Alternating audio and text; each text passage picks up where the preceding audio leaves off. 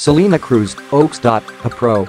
El candidato presidencial de la coalición Juntos Haremos Historia, Andrés Manuel López Obrador, habló aquí del despertar ciudadano.Ya, le está dando un 52% en las preferencias electorales.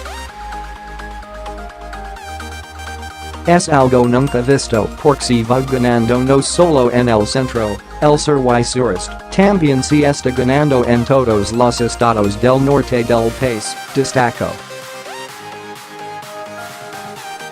Vemos muy bien porque un despertar ciudadano.Ya el pueblo está decidiendo a favor de un cambio verdadero donde no haya presidentes corruptos, ni gobiernos corruptos, destacó el ex jefe de gobierno.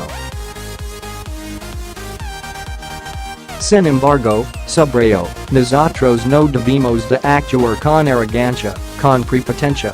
Tenemos que seguir actuando con humildad, con sencillez, porque el poder solo tiene sentido y se convierte en verdad cuando se pone al servicio de los demás, es servir a nuestros semejantes, el poder es amor al prójimo y así tenemos que seguirnos comportando.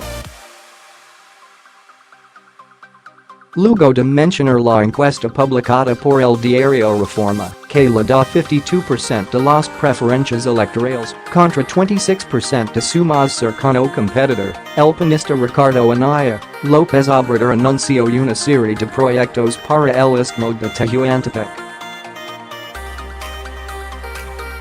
Hoy se dio a conocer una encuesta en donde ya saben que entre 52%, el segundo lugar 26%, sin mencionar el nombre de Ricardo Anaya, le estamos sacando 26 puntos de ventaja, 2-1, pero no por eso nos vamos a confiar.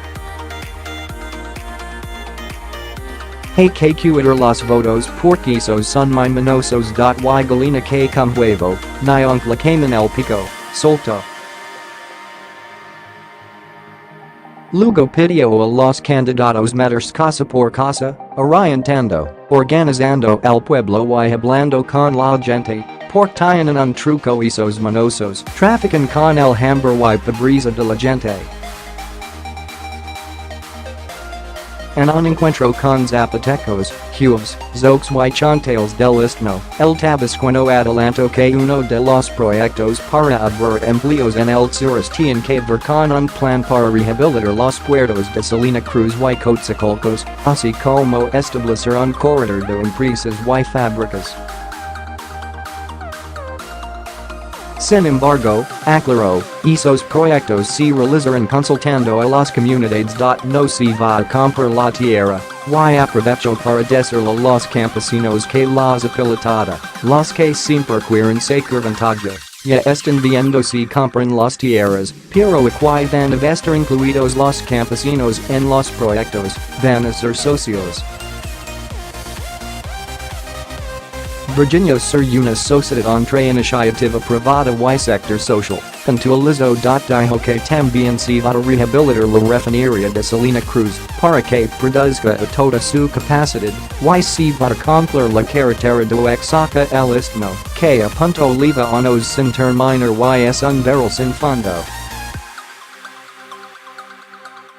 Estos programas, agregó, van acompañados del plan de reconstrucción por afectados de los sismos de septiembre de 2017. Aquí, que es la cintura del territorio mexicano, en estos 300 kilómetros, que vamos a hacer? Vamos a hacer una vía para el tren de carga de contenedores y de pasajeros de Salina Cruz y Coatzacoalcos. Eso incluye la ampliación del puerto de Salina Cruz y Coatzacoalcos, además de que se va a reconfigurar y a modernizar las dos refinerías, y en todo ese corredor se darán facilidades fiscales para que se instalen fábricas, pero se va a consultar todo lo que se haga, insistió. El candidato de Marina hizo hincapié en que la refinería de Salina Cruz, construida hace 20 años, la tienen convertida en una chatarra, porque, así como hay huachicaleros debajo que ordenan los ductos, están los huachicaleros de arriba, los de la mafia del poder. Anadio, los petroleros que están en activo y jubilados, son de planta y transitorios, van a seguir manteniendo su trabajo y van a haber democracia sindical. Ya no habrá casacazgos en el manejo de los sindicatos, los dirigentes van a ser los que los trabajadores quieren, no va a haber imposición de los dirigentes.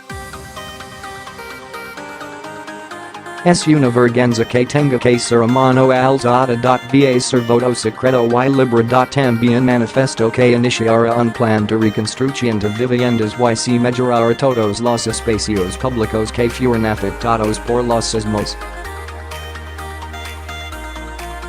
Finalmente, detalo que para manipular al pueblo con la mal-llamada reforma educativa se gastaron 8,000 millones de pesos, un bombardeo en radio y televisión echando la culpa a los maestros, y si esta mal la educación agrego es porque la niñas muchas veces va sin comer, o tienen que abandonar la escuela para trabajar.